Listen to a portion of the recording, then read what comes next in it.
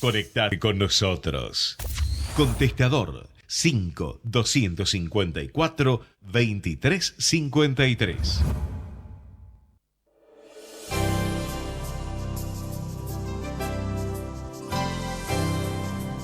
Aquí y Ahora Producciones presenta Hablemos de Salud. Hablemos de Salud. 29 años al servicio de la medicina preventiva. Hablemos de Salud. Conducción y producción a cargo de la periodista médica Ana María Forte. Columnista Dr. Mariano Favaloro. Locución y presentaciones Oscar Di Profio.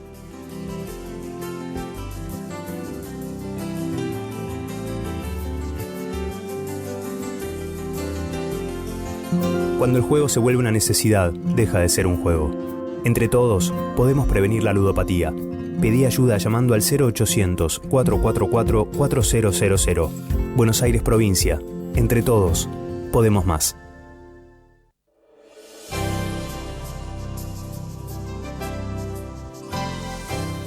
Hola, hola, ¿qué tal? ¿Cómo están ustedes? Soy Ana María y los invito a una nueva emisión de Hablemos de Salud. Y hoy, bueno, la radio completa estamos contentos, ¿no es cierto? Porque hoy precisamente es el día de la radio y después, bueno, mi biblioteca ambulante, como digo, y el columnista de lujo nos va a contar algo con respecto a por qué hoy precisamente es el día de la radio. Les comento que es un programa entre amigos, como siempre, porque ustedes imagínense que en 30 años de profesión y de radio y de TV, ya somos una gran familia, pero lo bueno es que fuimos elegidos, ¿no? La familia la heredamos. Estamos, como siempre, con el doctor Mariano Favaloro, cirujano cardiovascular. Él va a hablar del ANLIS. El ANLIS digamos que es dentro del Malbrán, ¿cómo la podemos considerar al ANLIS? Es una administración nacional de laboratorios. Perfecto. Coordina los laboratorios más importantes de la Argentina. Perfecto, bien. También vamos a estar con Mariela Alexandre, que es bioquímica y coautora del libro Bioquímica, Reingeniería de la Profesión. Otro amigo, el doctor Sebastián Moyano, médico especialista en clínica médica y reumatología del Hospital Italiano, va a hablar acerca de artritis gotosa, que hay más de lo que pensamos. También una gran amiga, Marta Boimel, integrante, ¿no es cierto?, de la Asociación de Fiebre Mediterránea Familiar, que estamos trabajando a todo vapor, porque el día 17 de septiembre es el Día Internacional de la Fiebre Mediterránea Familiar. Esperemos que a medida que avanza el tiempo acá se reconozca, o sea, está reconocida como enfermedad, pero no está difundida. Y el 18 los invitamos a todos a la AMA, Asociación Médica Argentina, Santa Fe 1171, donde un grupo de profesionales, que es precisamente el grupo que integra el honorario Consejo de Profesionales de FMF, nos van a dar como siempre una magnífica charla y luego los invitamos a un catering. Los esperamos a todos. Bien, y a ver, Marta, yo te presenté. Por eso te dije la gran amiga, todo, y yo digo, van a decir, ¿quién es la gran amiga de Ana María Forte? Dijiste Marta Boimel, pero todos somos personas. Claro, pero Ana María tiene la cabeza para poner un sombrero. Sí. Marta Boimel es miembro del Consejo Consultivo de la Sociedad Civil de Cancillería Argentina y también es periodista médica. Nos va a hablar acerca de qué se habla cuando se habla de educación sexual. Y ya le doy los muy buenos días a Marta Boimel. Adelante, Martita. Bueno, buenos días a todos, gracias por la invitación. ¿De qué se habla? ¿Qué tema, no? ¿Qué tema? ¿Y por qué está tan candente este tema en los medios de comunicación? Que muchas veces no comunican muy bien. Justamente ayer, yo de casualidad prendí la tele y vi un programa donde estaban hablando cómo imparten educación sexual una institución, una asociación civil, y me llamó mucho la atención por algo que dijo esta persona. Dice, nosotros también explicamos las identidades de género hereditarias. Yo que soy especialista, que he hecho posgrado, yo nunca hablé de identidades de género hereditarias. Hereditaria es la fiebre mediterránea familiar. Bueno, ¿de qué hablamos? En realidad no es algo nuevo. Siempre me preguntan, Marta, esto nuevo, mirá, antes no nos daban educación sexual y mirá cómo salimos. Y vemos muchas veces cómo han salido muchísimas personas. Siempre hubo una transmisión de educación sexual en forma explícita e implícita. Desde que existen las comunidades, las sociedades, a través de donde asomamos nuestra cabecita en el mundo, de la comunidad, de nuestros adultos significativos. Bueno, padres, yo en general hablo de adultos significativos, para ese niño que nace. Entonces, a raíz de esto tenemos que hablar nosotros de educación en general, porque la educación sexual está dentro de la educación general. Tenemos la educación sexual, que es la que simplemente nos viene sin previo conocimiento nuestro, es la que recibimos del medio donde nosotros estamos. Luego tenemos la educación sexual no formal, que es buena porque tiene una intencionalidad de cambio y una direccionalidad. Por un lado es buena, que sería este espacio. Por otro lado no es tan buena porque no llega a toda la comunidad. Lo ideal sería que estuviera dentro de la currícula en general, desde jardincito o antes todavía, desde primerito, porque ahora se trabaja desde los 4 años o un poquito antes, en prevención. Pero sigue siendo todo lo que sea sexualidad tiene o una connotación sexual, sigue siendo tabú. Muchas personas dicen, ay, no, a mi hijo le doy, no le doy, cada provincia da su contenido. ¿Cómo cada provincia además da su contenido? Si hay una ley. Incluso yo participé en la legislatura, me llamaron, cuando se realizó el proyecto de educación sexual integral y su implementación en las escuelas. Entonces no es que cada uno lo da porque le parece, porque con ese criterio que acá hay médicos, decimos, bueno, tenés fiebre, toma un antibiótico.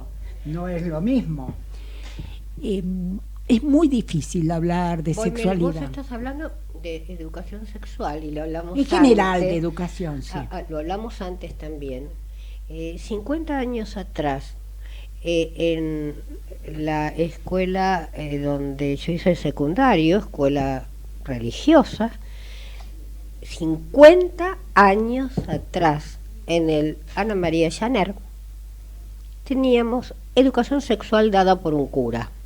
No pensaban nuestros padres, obvio, que se iba a propasar, que iba a decir las cosas mal, y le podíamos hacer cualquier pregunta. Y en el fondo, que nunca me voy a olvidar, en el fondo del aula había una monjita sentada. Bien, ¿por qué? Porque la familia 50 años atrás pensaba que de eso no se habla. Porque si uno le dice tantas cosas, es como la que la incentiva al adolescente o al niño, porque se hace desde la niñez, porque educación sexual no es sexo, que lo vamos a incentivar a que tenga relaciones sexuales con antelación. Entonces hay todo un concepto y hay toda una mentira armado que yo jamás la puedo llegar a entender, porque ya desde la casa, cuando una nena le dice a la mamá, un nene, ¿cómo nació mi hermanito? ¿Y por qué vos tenés la panza? Ya desde niño, esto es así, así, así, y lo tienen que tomar con total normalidad. Entonces hay que suplir lo que la familia no hace, pero suplirlo sin tanta vuelta. ¿Qué vamos a esperar, 50 años más? La escuela debe reforzar. Mira, ¿sabés qué pasa con todas estas temáticas? Es muy difícil hablar de sexualidad porque compromete lo más profundo del ser humano. Es una articulación entre lo biológico y lo psicológico ligado a valores y a normas sociales. Vos bien dijiste de que educación sexual no es tener relaciones, en parte, en una partecita muy pequeña sí, porque la genitalidad es parte de la educación sexual, pero no la abarca totalmente. Como tengo poco espacio, quiero comentar algunas cosas. Tenemos que ir redondeando. ¿De qué hablamos cuando hablamos de educación sexual? Hablamos de valores, de discriminación, de derechos humanos dentro del marco de los derechos humanos universales, de prevención de embarazo no deseado, de prevención de enfermedad de transmisión sexual. Hoy que ha crecido tanto la sífilis y ya no se cuidan los jóvenes respecto al VIH-Sida, porque dicen se cura. No, es muy relativo eso que se cura. Hay muchas personas que son portadoras y no lo saben.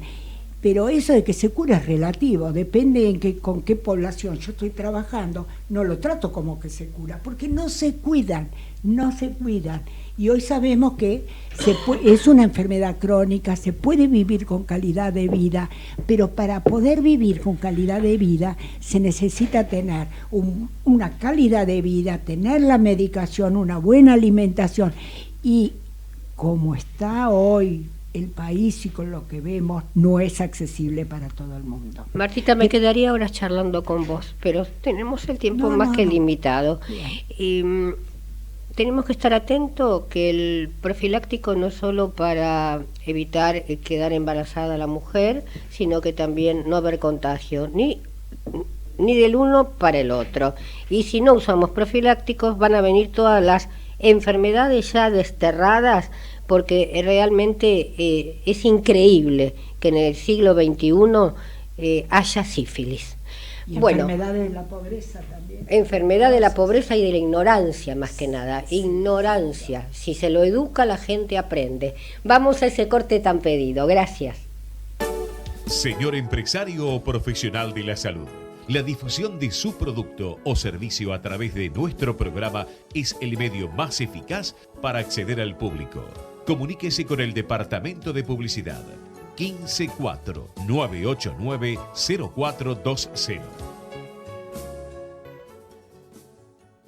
Estamos sumando nuevos espacios verdes en la ciudad para que los vecinos tengamos más lugares para encontrarnos. Además, incorporamos juegos para los más chicos y actividades para todas las edades. Disfrutar tanto las plazas y los parques. Juntos, seguimos transformando la ciudad. ¡Vamos, Buenos Aires! Ya podés ser parte de la Universidad de Morón, con más de 80 propuestas académicas, carreras presenciales y a distancia, con anexos en Capital Federal y Gran Buenos Aires. Informate al 5627-2020 o en www.unimorón.edu.ar. Universidad de Morón.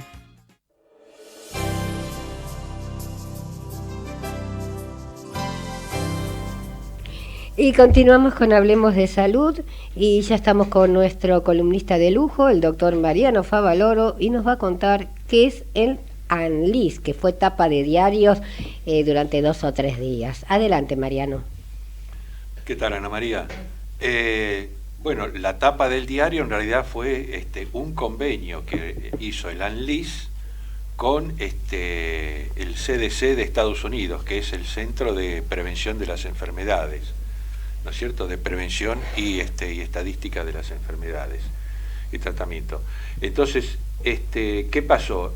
El convenio, es muy importante el convenio que se firmó, por supuesto, pero también es muy importante que la gente sepa qué es el ANLIS.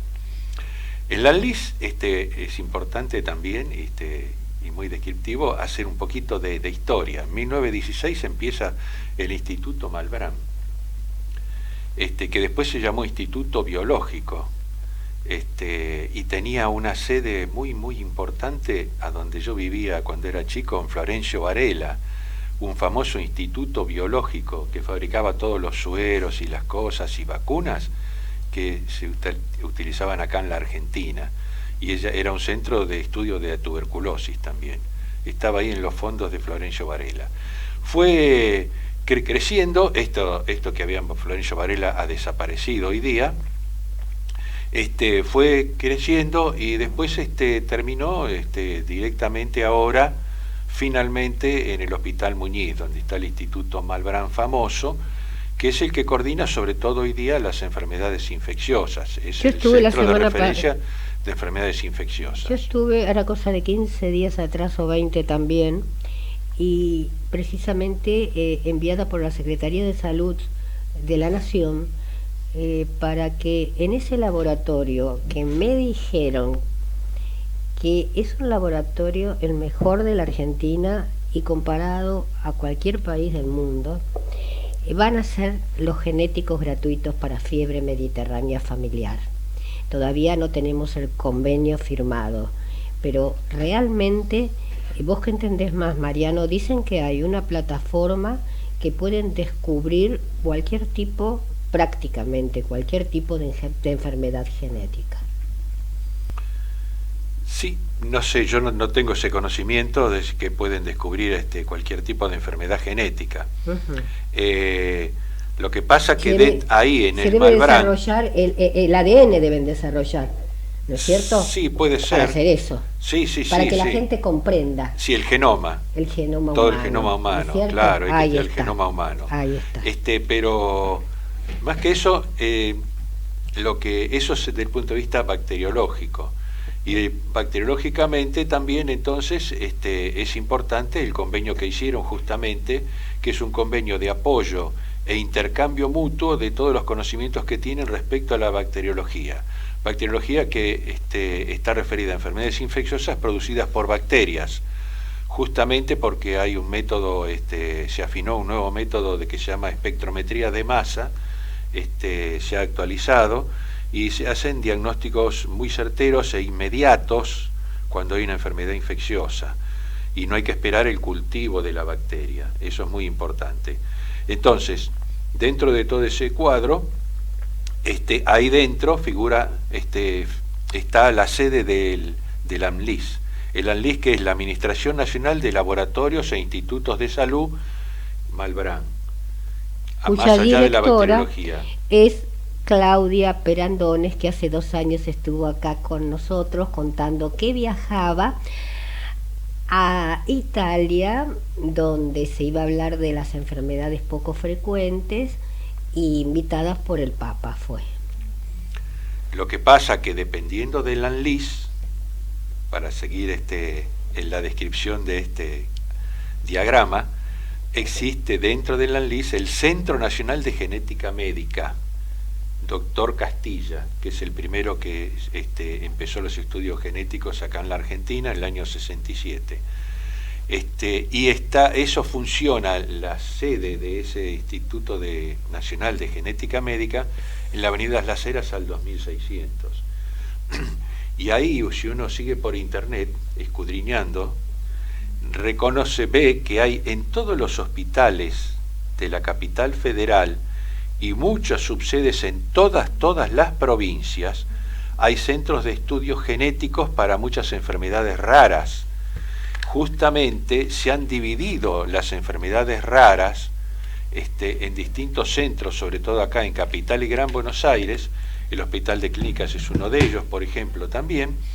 Y entonces hacen estudios genéticos gratuitos para distintas enfermedades genéticas y tienen centros subespecializados justamente para la detección de estas enfermedades genéticas. O sea que hay un desarrollo tan grande de toda esta labor sobre las enfermedades de origen hereditario genético, que es una red que realmente a mí me impresionó. Yo no conocía que estábamos con tanta distribución en todo el país de centros para reclutar estudios genéticos. Esa es la lástima, que se hace y no se habla. Yo quedé maravillada cuando entré al lugar. Bien. Sí, bueno, entonces de ahí, de la avenida Las Heras al 2600, se manejan todos estos subestaciones genéticas en todos los hospitales y en todo el país.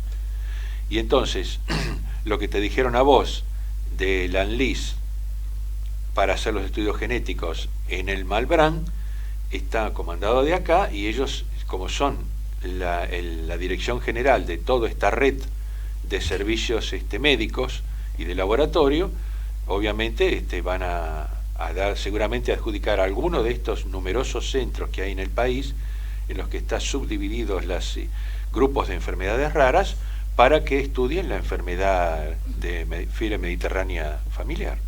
Seguramente. Sí, van a terminar de coordinarlo. Yo seguramente. Tuve, junto al doctor Catalán Pelet, tuvimos una charla muy fructífera. Lo único que necesitamos son los resultados.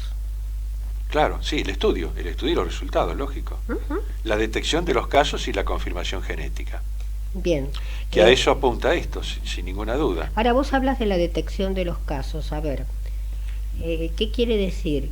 ¿Que ellos van a encargarse? No. O sea, la detección de los casos bien, de la parte del médico clínico, que tiene que sospecharlo, claro, haber escuchado alguna vez que son enfermedades raras y cuáles hay, todo el espectro de enfermedades raras que hay, porque, por ejemplo, la fiebre mediterránea, que corresponde a un espectro de enfermedades autoinflamatorias, no es lo mismo que otros tipos de enfermedades que alteran otras cosas y que no son autoinflamatorias. Son alteraciones genéticas que cambian una proteína y ahí, bueno... Exacto, le falta al organismo la pirina y por eso nos inflamamos, y al inflamarse tenemos... En este caso. Y estoy hablando de fiebre mediterránea familiar, exacto. Y dije, yo con la enfermedad. Bien,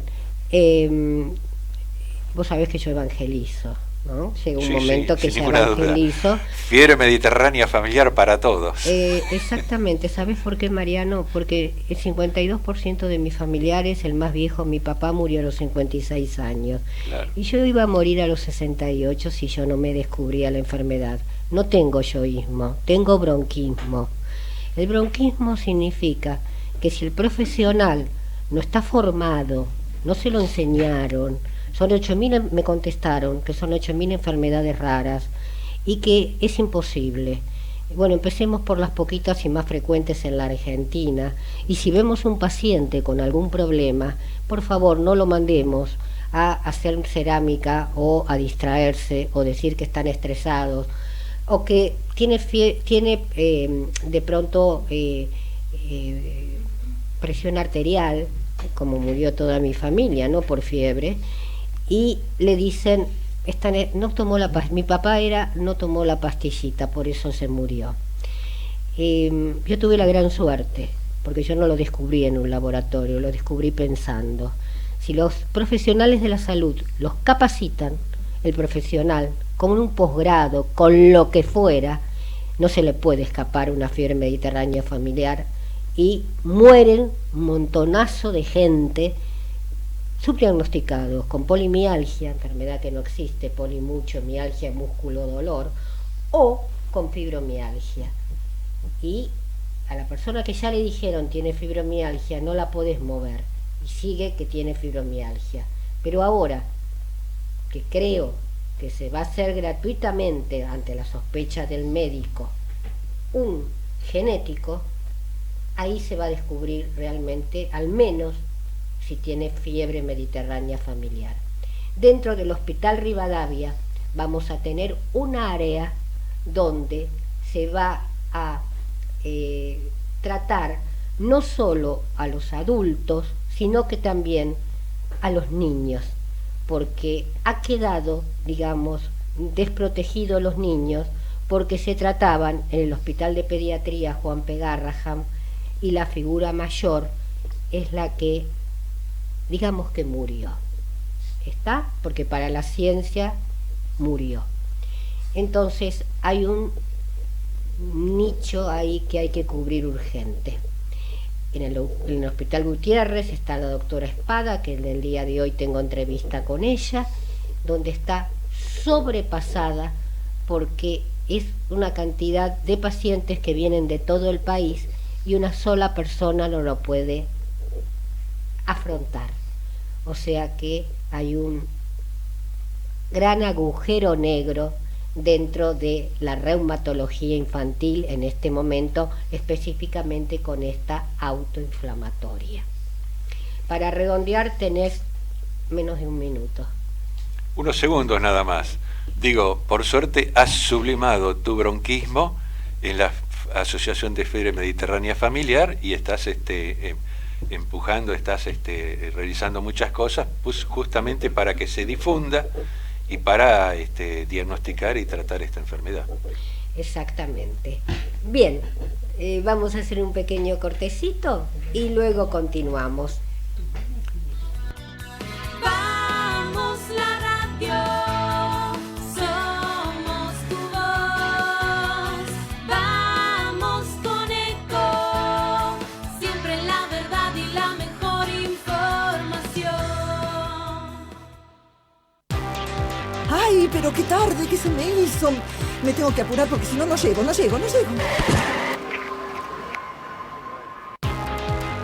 No, ¿pero seguro? ¿Qué problema? Bueno, vamos a encontrar una solución. Bancame ahí que en 2 minutos estoy con vos. Bueno, vos ahora te tenés que ir. Sí, pero yo quiero hablar de esto ahora. Cuando llegue a casa te llamo.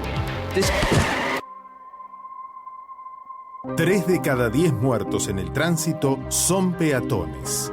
Cruzá siempre por la senda peatonal o esquina, respetando los semáforos. Allí, todos los vehículos deben darte prioridad. Luchemos por la vida. OnFit, la primera cadena de gimnasios low cost premium de la Argentina. www.onfit.com.ar.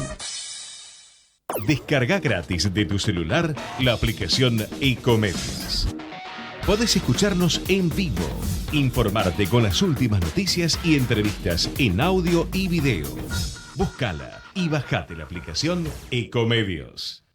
Podés vernos en vivo en ecomedios.com. Contenidos audiovisuales. Conectate con nosotros. Línea directa 4-325-1220.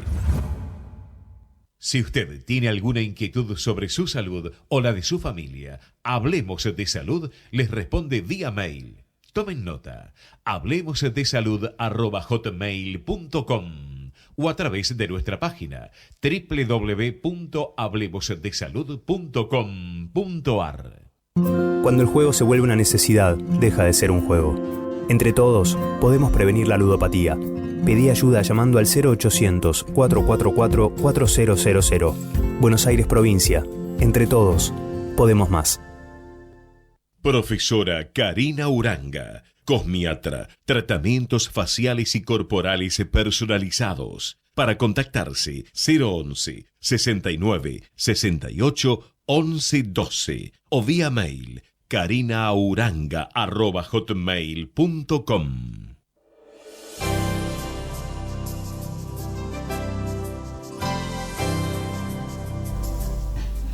Y continuamos con Hablemos de Salud. Ya lo presenté, estamos con el doctor Sebastián Moyano, que es especialista en clínica médica y reumatológica.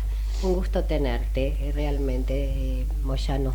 ¿Qué tal, Ana María? Gracias por esta nueva invitación.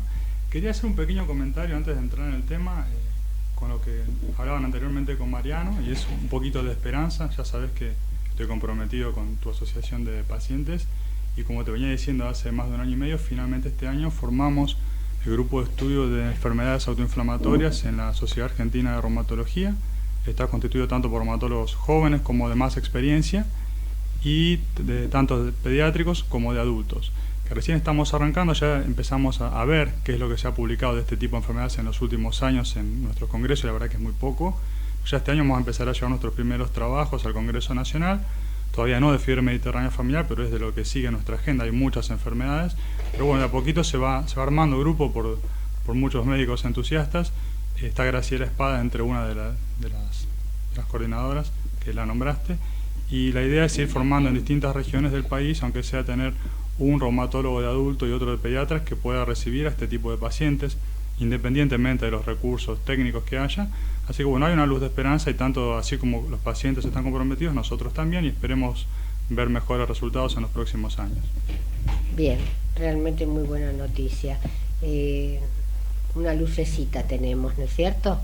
Bien, el tema convocante, antiguamente yo recuerdo que decían, uy, tiene la gota, el reuma gotoso. Bueno, más o menos es lo mismo, pero se está hablando de artritis gotosa, ¿no es cierto? Claro, sí, mira, sentí la necesidad cuando te comenté este tema porque me pasó hace poco, vi una paciente que hice el diagnóstico en consultorio y se angustió mucho y digo, bueno, esto debe ser porque nos comunicamos mal o porque quizás hay poco conocimiento general de la gente. Sí, la gota es una enfermedad que se caracteriza por ácido úrico elevado y alguna manifestación sistémica que puede ser en el riñón con una nefropatía por ácido úrico y en el caso de la articulación una artropatía por ácido úrico, que son los cristales que se depositan y generan la inflamación y las crisis de gota. Y es una enfermedad relativamente frecuente. En Argentina, como es habitual, no tenemos buenos datos estadísticos, así que nos tenemos que basar en datos de afuera, pero puede afectar entre 0,5 y hasta 6% de la población, dependiendo mucho de la dieta y el estilo de vida.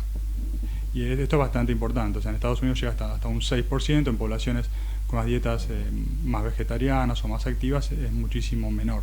Vos sabés, Moyano, que bueno, vos sabés por supuesto que se caracteriza, yo tengo la imagen del pie de mi padre, en el cual digamos que el dedo gordo del pie se producía como una infección. Sí, puede confundir el debut dependiendo de en qué contexto pase. Para entender un poquito por qué pasa, tiene que ver con la dieta. O sea, la gente come contenido que tiene más células, por decirlo de alguna manera, más purinas, como pueden ser las carnes rojas, sobre todo los embutidos, las achuras, tanto come el alcohol como la cerveza particularmente, son los que más generan las crisis de gota. Y hay ciertos factores genéticos metabólicos. Hablamos de gota primaria porque puede haber unas crisis de artritis gotosa que puede pasar por una gran destrucción celular donde se libera ácido úrico. Por ejemplo, a algunos pacientes que se le hace una quimioterapia o por una lisis tumoral pueden tener una crisis parecida, pero eso es otro asunto. Y típicamente, como vos decís, es más frecuente en varones, suele ser ese señor entre la quinta, sexta década de la vida, con algunos kilitos de más, que comió una parrillada, que tomó un poco de alcohol y se despierta a la noche con un dolor en el pie o en el pie rojo que le molesta hasta el roce de la sábana, según describen los pacientes. Y ahí sí, la articulación, la primera articulación de la base, el dedo gordo del pie, la primera metatarsofalángica, es una de las más típicamente afectadas, aunque puede afectar otros, se pueden afectar rodillas, dedos de las manos y demás. Se inflama y se pone rojo y duele mucho, eso es lo más típico. Igual hay variantes, me ha pasado a ver gente más joven, gente sin tantos factores de riesgo, mujeres, que es más raro, pero bueno, es más o menos como vos lo describiste, el paciente típico.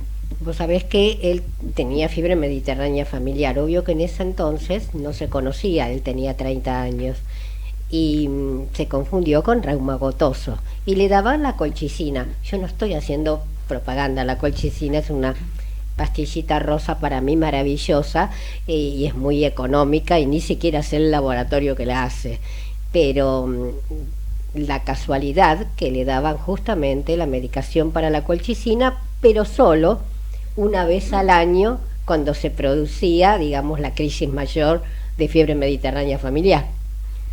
Sí, bueno, varias cosas. La colchicina está indicada para las crisis de los pacientes, para el tratamiento agudo o para aquellos pacientes que con una terapia para bajar el ácido úrico sigan presentando crisis recurrentes, uno le puede dar una colchicina como profilaxis. Eso es importante. Y respecto a lo que vos dijiste, en el caso puntual, muchas veces el cuadro se puede confundir porque hay una artritis de una articulación que pasa de golpe, muchas veces se confunde con algo infeccioso, el paciente puede hacer febrícula también por la misma inflamación y eso por ahí confunde más a los médicos. Si no es una articulación tan típica, si no es un paciente modelo, o sea que como el del libro, también se puede confundir. Pero hay herramientas para ayudar al diagnóstico. El laboratorio, el nivel de ácido úrico elevado puede ayudar, aunque hay hasta un tercio de los pacientes que pueden tener un ácido úrico en sangre normal, aunque esté aumentado a nivel articular.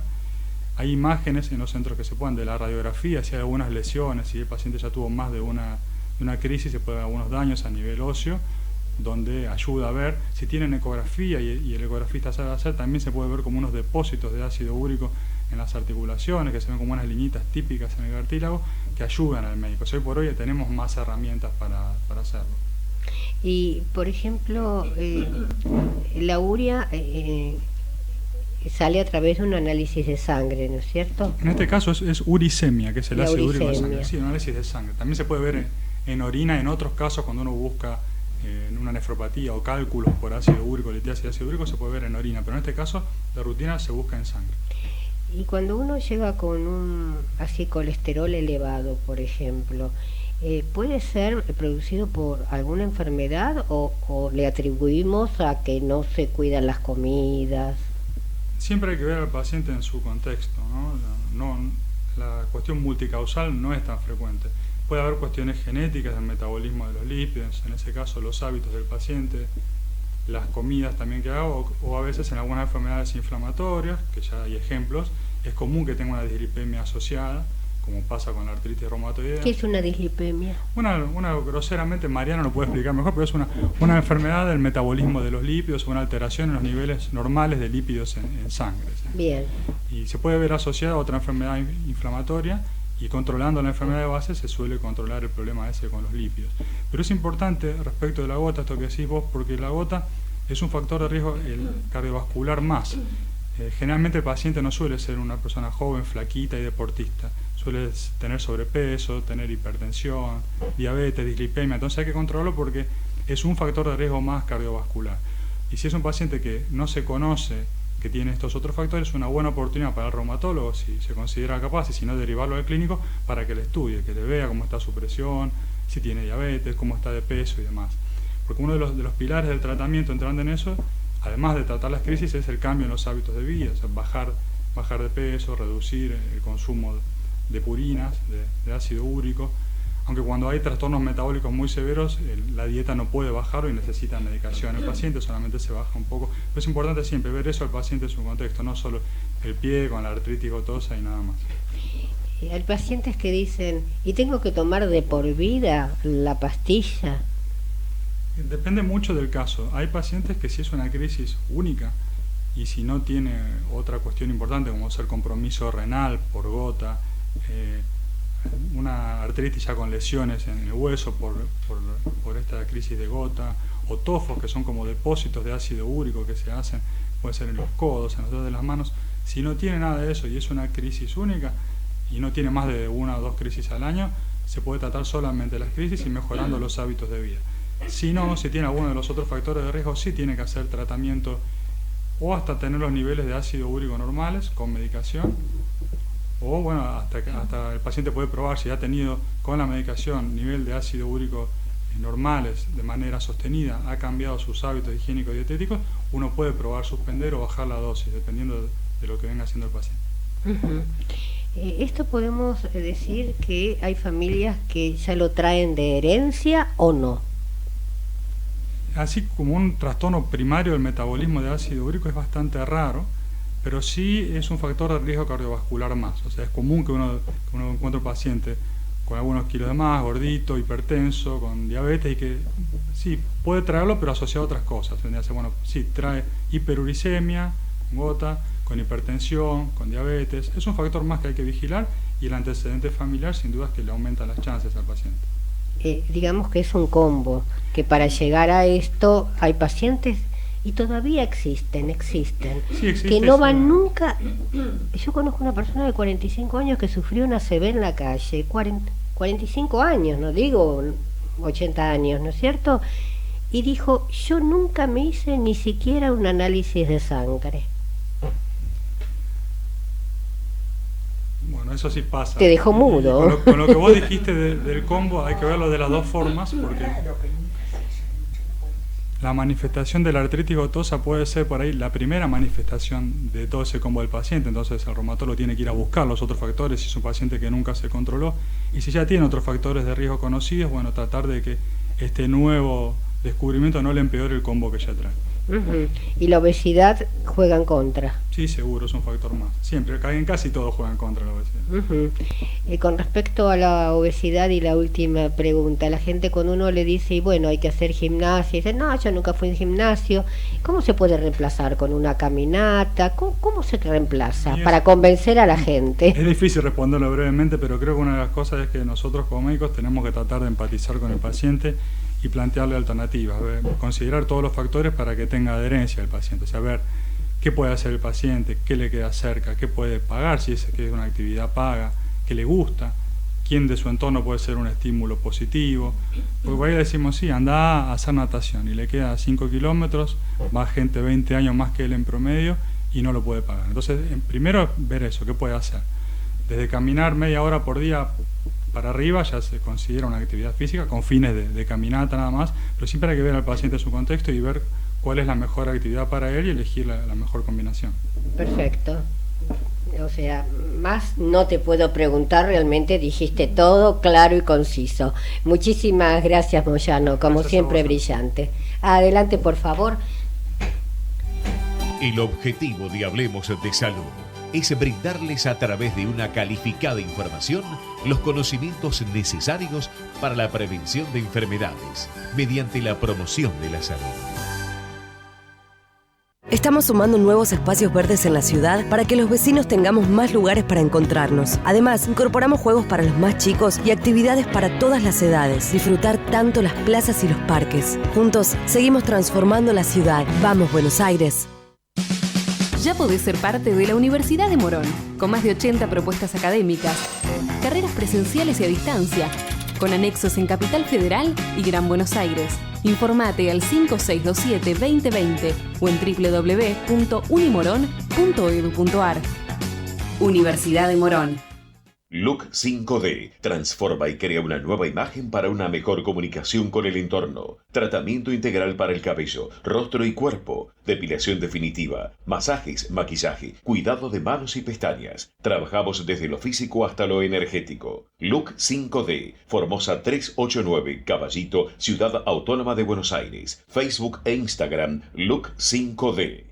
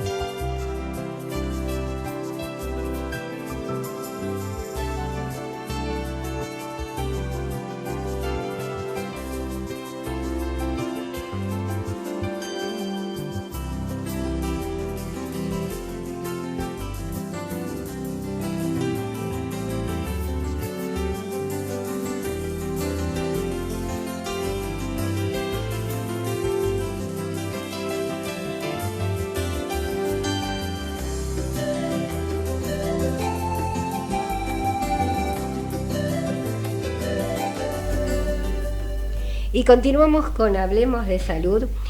Y bueno, yo ya la presenté, Mariel Alejandre.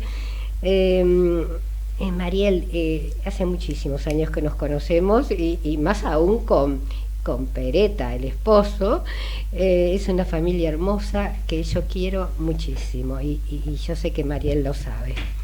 Mariel va a hablar del rol del bioquímico en las enfermedades no transmisibles y también nos va a contar acerca del libro que es coautora.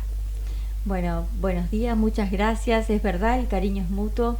Y yo me quedé pensando en ese ejemplo que diste recién de ese hombre de 45 años con una ACV y que nunca se había hecho un control. Creo que hay muchas cosas que cambiar en el sistema de salud. Creo que hoy es sabido que la expectativa de vida es muy alta, mucho más que hace años atrás, pero hay una deuda pendiente que es la calidad de vida con la que llegamos o con la que llega ese adulto mayor y puede realmente disfrutar de esa prolongación en la edad.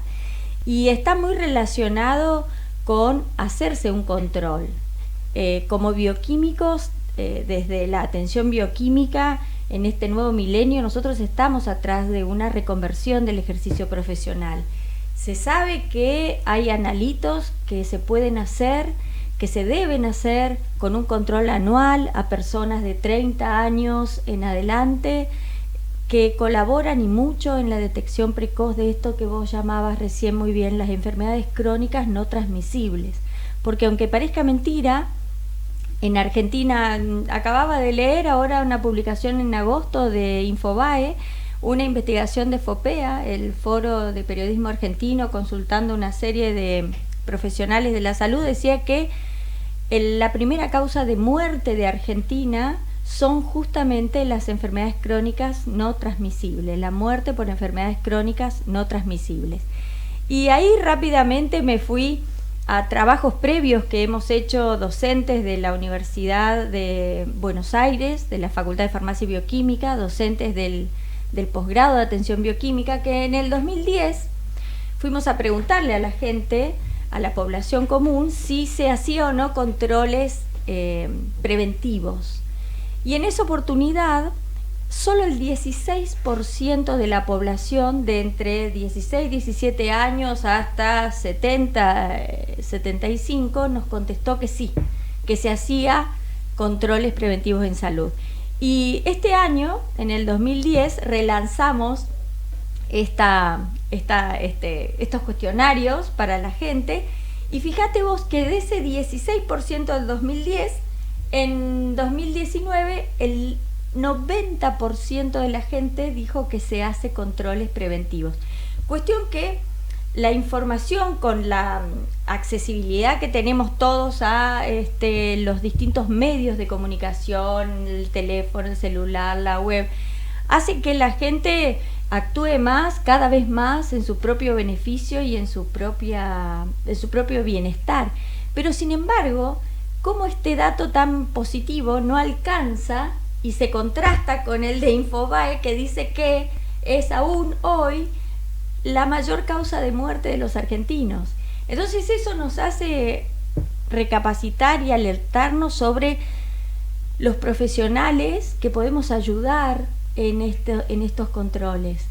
Y creo que los bioquímicos y los farmacéuticos que estamos en laboratorios de análisis clínicos o en farmacias oficinales, o incluso dentro de hospitales, podemos hacer mucho.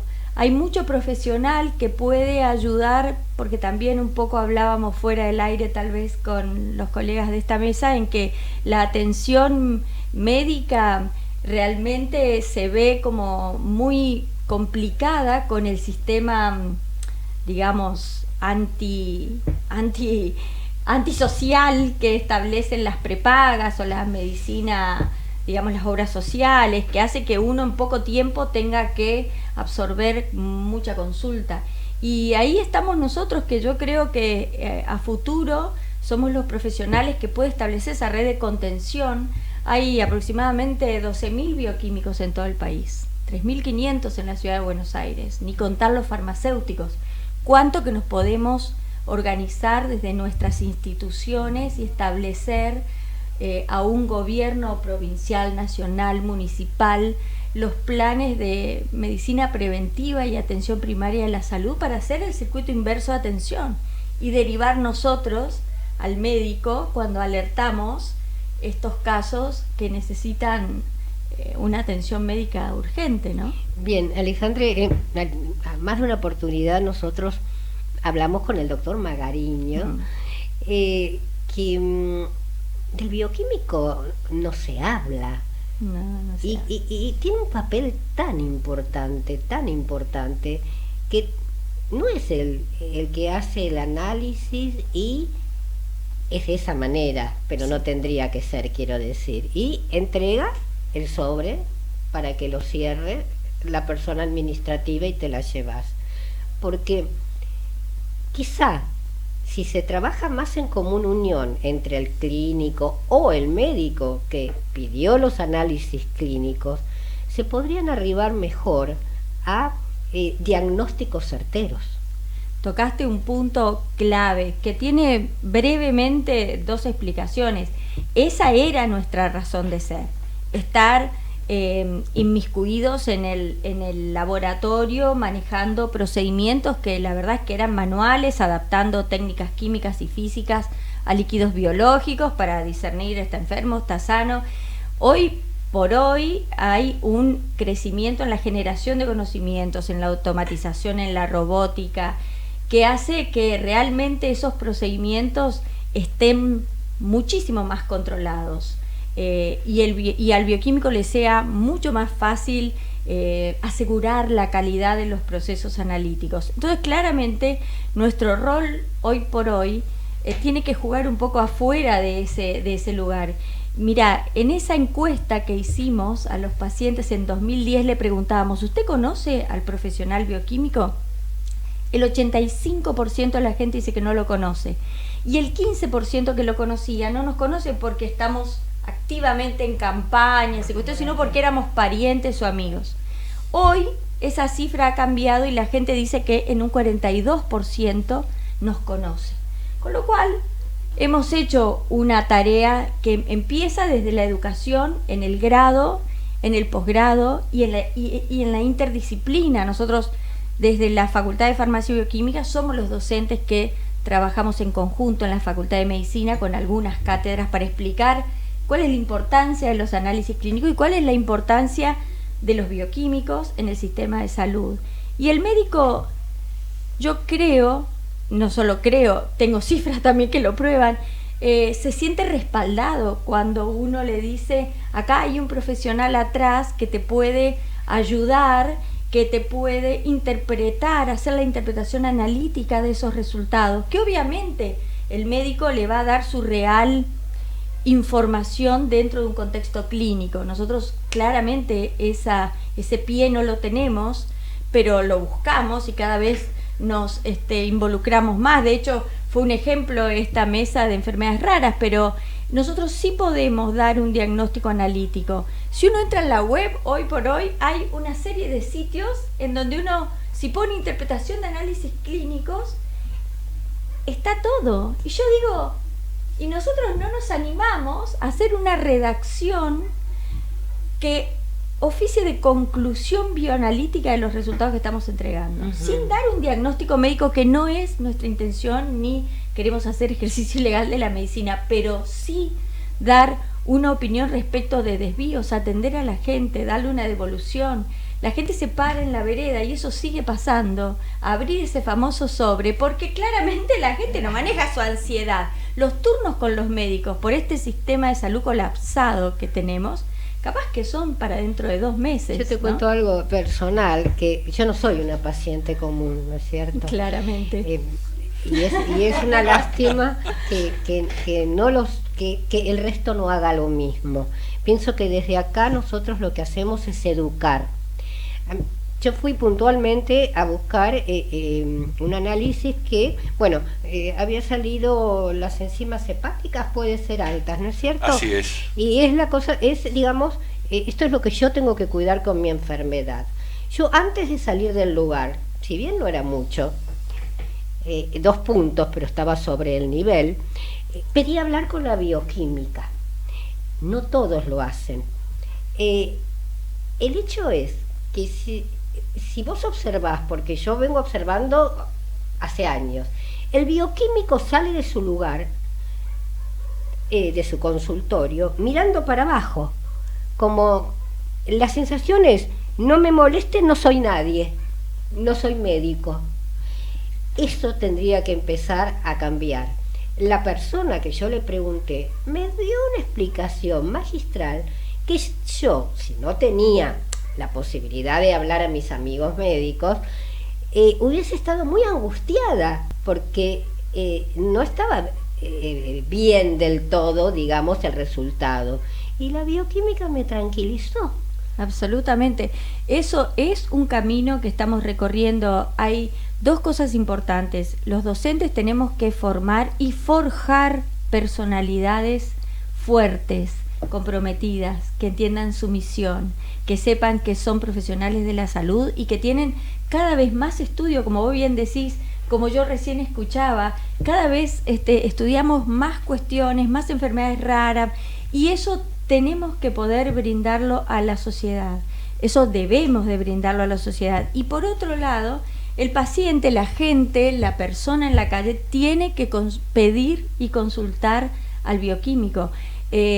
Si esto hoy por hoy se logra empezar a hacer o seguir haciendo tal vez de manera pasiva, es decir, que yo necesite que una persona como vos venga a pedir por mí, va a ser a futuro, y en algunos lugares ya ocurre, que sea efectivamente en forma activa, donde hay un bioquímico en la cercanía de toda la etapa. De hacer estamos esto? ahí, de hecho estamos ahí. Perfecto. El bioquímico es una persona que trabaja toda su cantidad de horas en los distintos lugares y está continuamente y debe estar a disposición. Estas son las nuevas, los cambios de paradigma que nosotros desde el grado hace 9 años venimos haciendo. Y es como todo, es lento, pero ya tenemos frutos y ya tenemos estadísticas que dicen que se comienza a hacer. Los colegios profesionales en todo el país comienzan a incorporar este tipo de charlas. Así que yo creo que sí, que se hace y que en un futuro